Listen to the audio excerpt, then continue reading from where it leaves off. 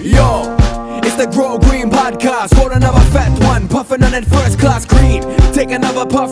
Hey, what up out there? What's up, guys? Eric Weed, CJ Stone. Grow Green Podcast. Number 34. 34. We're back. In the house. Took a little break. Had to take a breather. Yeah, take a breather. Had some personal stuff going on. You know, get a little bit of time. You know how it is. You know how it goes. Game never stops. Right on. I'm right off the bat. I know you guys have been waiting for the old "fuck you" Jeff Sessions giveaway. Fuck you, let's Jeff Sessions. Get that announced right now. Yeah, we're gonna get into that right away. Congratulations! The Got a winner is this person. Right there. You just won. Congratulations. Make sure you hit us up. Hit us up to get those seeds. PM or a DM. Fuck Jeff Sessions. Hell yeah. Make sure you smash that like button. All right. Number 34. Today's episode, we're going to talk a little bit. Just a little bit. Yep. About some predator mites. Predator bugs, predator everything. Predators. We're gonna take you on an adventure down a healthier way to take care of pests in your garden. A way that keeps you from possibly getting sick or possibly having some sort of a repercussion from spraying. A lot of people are spraying things on their stuff. No good. I got a report here that High Times did that Steep Hill Labs recently reported that over 84% of cannabis samples submitted to them tested positive for residual pesticides. And more than 65% of those tested positive for myclobutanol, a common pesticide ingredient that turns into hydrogen cyanide, which is a poison. That when heated, it turns into a poison. You don't want to be dabbing that stuff, you know. Don't be dabbing no cyanide. So, instead of spraying all that shit. What are you terping on, dog? It's some terps. Spraying all that shit on your plants. Yeah. Use some predator bugs. Yeah, we got some bugs right here. All natural. In this bag right here, we have 125,000 bugs. That's at least 2 for every listener. Yep. And these specific ones are your stratiolaelaps. Scimitus. Or another name for them, commonly known as Hypoaspis miles. And they're a predator mite. They're a soil dweller. So let's just jump right into a situation. Let's call out situations. Ooh. Okay. So let's say I have fungus gnats. Mm-hmm. That's what these are going to be mainly used for. Fungus gnats or thrips or anything that's a soil-bound larvae. It'll eat larvae in the soil. The cool thing about these is they continue to live. They not only need predator or mites or bugs, insects to eat as food, they can also survive off of the what do you call that? Broken down matter. Broken down plant material. They can live quite a while. Yeah, so they can live quite a while. They can continue to live in your garden. You can pick these up at a lot of different places. I know that Green Thumb Garden in Alaska has them. There's a lot of different sources out there. Biological pest control, if you were to try to Google it, try to help you out. Pretty affordable, too. Super good deal. Way better, way cheaper than you'll spend in the long run on trying to get some sort of a spray. Yeah, and it's like he said, it's a lot better for you. I'm going to go ahead and take a quick dab and we'll get right into it. I'm sure CJ is going to have some photos for you. Yeah, we'll throw up some photos. All that good stuff. You want to see these creepy crawlies, I'm sure. Yeah, they're pretty cool looking. You almost have to have a microscope to look at them. They're very, very small, and what they do is they, if you get on Google and you'll check it out, they just literally attack your pest. So the way biological pest control works is usually you can find a certain predator for a certain pest. Like we were explaining, the stratiolaelaps is more specifically for a larvae or a soil-dwelling pest like thrips, fungus gnats, anything that late-stage two-spot mites, when they start coming down off the leaves and going into the soil, they'll pretty much take care of everything in your soil area. Now there's like he's saying, there's a few different kind of bugs, so those are going to be for those. Now, if you have like something else, like the evil spider mite or something, you're gonna need something else. That's for sure. Now, there's one specifically for the two-spotted, and then there's one just for general. There's a more aggressive one than the stratiolaelaps, and it's also a predator mite. Mm-hmm. And it's specifically its enemy, or what it likes to eat is the two-spot mite. So That's might be something to look into. One. Yeah. No. And another thing that's cool about the persimmilus is out of the so we're going to talk about basically there's hundreds of different predators, but we're going to talk about four basic Kind of the ones most here. common ones. Yeah, the most commonly cannabis used ones. users. Like he was just mentioning persimmilus, so it's a kind of a unique mite, a little bit different than the others.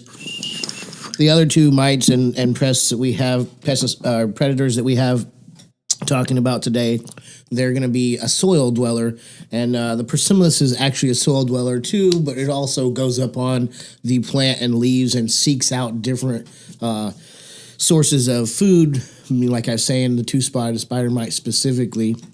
So if you have a situation where you have mites on the plant, you can usually use the persimmilus along with, let's say, the stratiolaelaps or even a californicus, and we'll get into those a little bit later, in conjunction with each other to try to control both areas of the plant. They're not going to battle each other out and no, like I said, like we were explaining before, the persimmilus really likes the two spot, so it really. So you're just going to go for those. It's going to just go for those. It's not going to try to seek out the other bugs. Yeah, so that's a good combination when you try to use them together. So a lot of you guys don't know, we know, so we'll try to explain to you a little bit better how these come. This is actually a rather large bag, probably for about 5,000 square foot of garden. You can get them smaller amounts, 1,000, 25,000, depending on which kind you get. The stratiolaelaps usually comes in about a 25,000 for a 1 liter. And that's probably something if I had, like, say, a home grow 1,000 square feet or less. And you know what? Don't let the big numbers scare you. If you have a 4x4 tent or a 3x3 tent, feel free and don't be afraid to grab 25,000. Grab a whole liter of the stratiolaelaps. Can't really overdo it with these things. Yeah, exactly. And you just add them into your soil, into your pot, or sprinkle them out on your bed, and they'll just take control themselves. You don't have to do anything else. Another thing really is nice. You can use them even if you don't have, obviously, spider mites yet. Use That's them the ideal way as a preventive maintenance, so you don't end up, all your buddies all of a sudden have spider mites. You're like, I don't want to get those fucking things. I'm gonna go down to that Green Thumb Garden Center and pick You don't up ever want to go to your buddies' buddy's grow and check it out. You're afraid, right?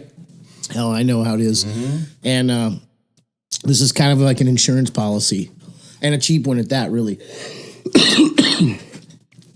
What I do in my garden personally, let's just talk There you about go from experience. Yeah, what I do is about every 3 weeks or a month, I'll pick up a 25,000 persimmilus, and I'll just put some in every single pot, or not persimmilus, I'm sorry, the stratiolaelaps, and I'll put some in every pot. I don't have bugs. I do get a gnat here and there every now and then, and just that happens. Is sometimes I think we get them in cocoa or we get them in some soil from the grow stores, due to the fact that transportation. So that's another big thing. Nowadays, it's the cannabis is such a big industry. People are making very large batches of soil, and that soil is most of the time it's sitting somewhere in a storage building, in a warehouse, and this is where a big portion of our bugs are getting brought in. You're buying them, you don't really know it in the garden store a lot of times, and it's not the garden store's fault.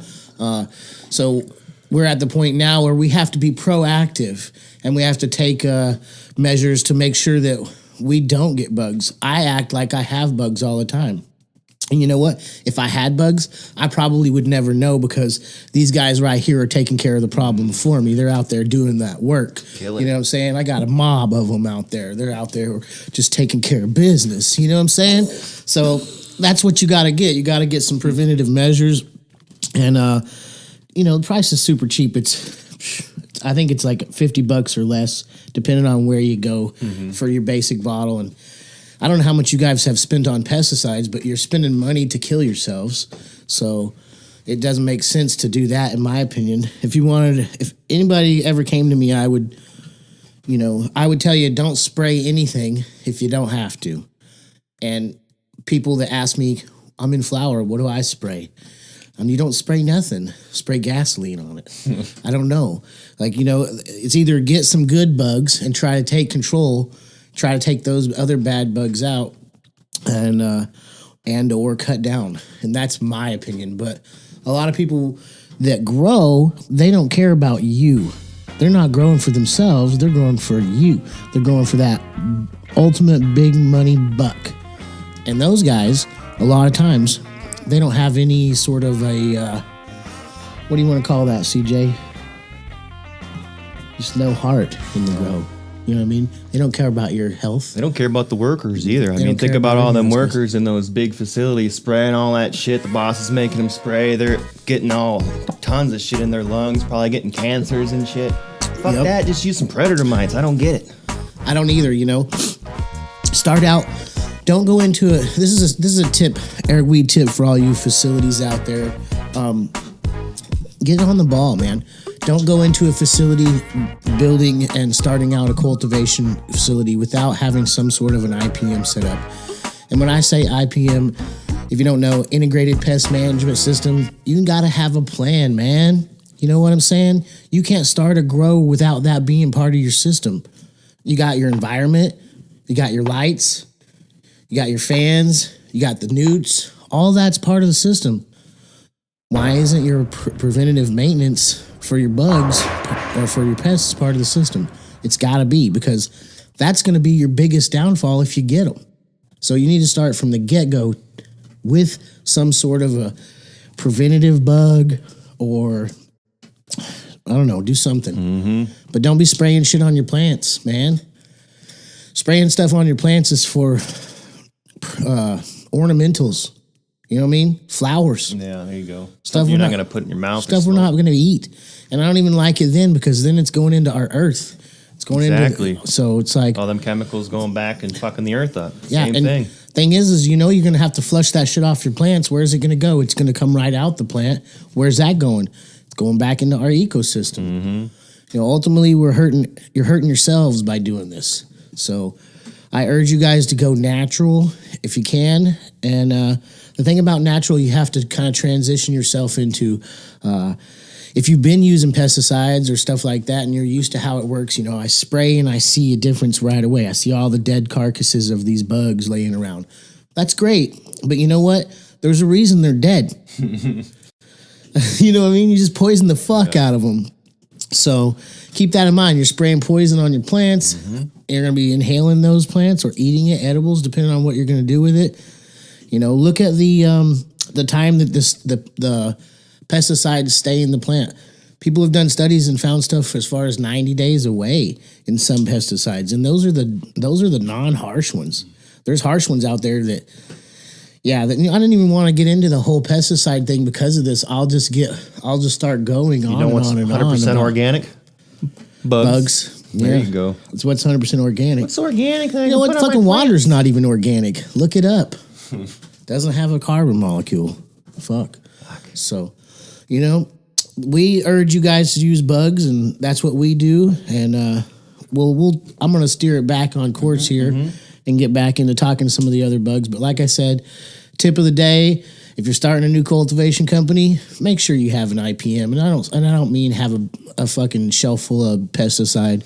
I mean have some preventative bugs there. Get your army there to take care of business for you. And before you even have bugs. This is your freaking security guards right here. Put out them troops, that infantry out on guard. You know what I'm saying? Watching over. So let's just get into some more situations. Let's say I had a cultivation company, and let's say what's one of the worst things you could think of there, CJ? Stoned. I don't know, man. Either once bugs not going to help. PM, there's no real bugs that can help you there. But spider mites, that'd be my number one concern. And more specifically, they're gonna web and take over the fucking spider mites are a big deal, yeah. Mm-hmm. Or more specifically, even something that you necessarily can't see is russet mites. Oh yeah, even worse. Yeah, or root aphids. Mm-hmm. Thinking it's a deficiency or something. All kinds of stuff coming out everywhere. In Alaska, we used to not have all these bugs 2 years ago, and then all of a sudden, all the garden material being sent up and all the cuts people been sharing back and forth from California, Oregon, Washington, everywhere. All of a sudden we have all those bugs too. So you know what? Now we all got each other's bugs, so we all got to work together. So if I had something like hemp russet mite or something like that, the difference between a russet mite is because it embeds itself into the stem, so it's really, really hard to get rid of. It'll embed lay its eggs or something into the stem, from my understanding. And so they make a specific one, like we were talking about, Neoseiulus persimilis. If I said that right, probably murdered it. But persimilis predators are specifically for two-spot mites, right? Mm-hmm. So those would be the ones that you could send up the stem, like we were talking about. They're not necessarily a soil-only dwelling mite. And then there's also the californicus ones. Mm-hmm, mm-hmm. And I think those would be for hemp russets and also, what's the other? There's another, broad mites maybe? I think it's for broad mites as well. Like I said, we're still learning a little bit about all the bugs. We know about the 3 basic ones. Hopefully, in a later episode, we'll be as able to answer a lot more questions. We're still learning about this ourselves, and we're so fascinated. That's why we wanted to bring it to you. Yeah, we're so excited about the fact that we no longer have to spray stuff. I personally have been using bugs in my garden for a few months now, and I have absolutely sprayed nothing. And I'm going to be honest with you guys. I used to spray stuff like spinosad in veg. Now, I absolutely never sprayed anything in flower. If I had any bugs in flower, I would just consider that a loss, cut down, bomb the room, and move back into veg and bring clean cuts in. So I've never been one to try to save a crop that has bugs, because I don't feel like myself being the one that ingests the cannabis that I grow to be ingesting an insecticide or a pesticide into my system. Yeah, no thanks. And once you're in flower, depending on, let's just say once you're in flower, is a general good rule of thumb is to just not spray anything. I have people come in all the time and they're like, hey, what's going on with this? What can I spray? I'm in week 3 or 4 of flower, even week 2 of flower. What can I spray on my plants to get rid of these bugs? And it's like, well, you know, you have to do that well, you could spray this, you could spray this, you could spray this, but you got to know, make sure you read the back of that label. You're spraying that. And we try to educate people enough to explain to them, look, this is going to be in the plant for this long. This is going to be in the plant for this long. This is going to be in the plant for this long. It almost comes down to a moral decision for them. Yeah, it's like, it does really come down to a moral decision. And for me, it's not it's an easy answer. Right. You know, I just cut down. Or now recently, I have actually had 0 problems with any bugs. And I just been putting bugs in my garden. That's weird, right? I'm putting bugs in my garden to keep care of my bugs. So, yeah. Californicus for hemp russets. And let's see. Oh, you know what another good one is? The Dalotia coriaria. I think I probably murdered that one too. But now it's not a predator mite. It's, what would you call that, man? You can see a picture of it right here. Oh, there you go. Smart, bringing documentation with them. You can see if you could show that to the people there. If you don't see this, I'm sure I'll have another pic. But it kind of looks like an ant, but with like a centipede-ish body, pointy tail. Man, those things are beasts. So these, once you introduce them in their garden, and now they're a little bit bigger. They're a little bit smaller than a small grain of rice. And you can see them visible with the naked eye. These will take care of thrips, gnats, all kinds of larvae. They can fly and jump, but they tend to not fly. They're more like a turkey. You know, they got wings, but they don't really use them. Not very well at it. But personally, I have a ton of friends that have had thrips and or gnats, and a combination of the Dalotia coriaria and some stratiolaelaps in the garden has really taken care of all the problems that they had been having to spray with, say, a spinosad or some sort of a BTI, BT, Bathingus. I don't know how to say it. But yeah, basically a BT, it's a bacteria commonly found in a lot of organic pesticides. You notice I'm not actually saying any pesticides that are bad, right? Because I'm not even going to tell you what to get. Because I don't want you using them. Mulberry weed slips on that good shit. Yeah, I mean, you really need to think back to just a few minutes ago. I'm spraying poison on my plants. There's something to that. Just doesn't make sense, does it, right? Yeah. Yeah. So that's what we kind of wanted to do this episode for. We wanted to make sure that you guys are aware that there's other options out there, and the other options are really good. Like I said, you're going to have to transition into getting used to how these take effect. If you spray something on it that's poison, you're going to see a result right away, right?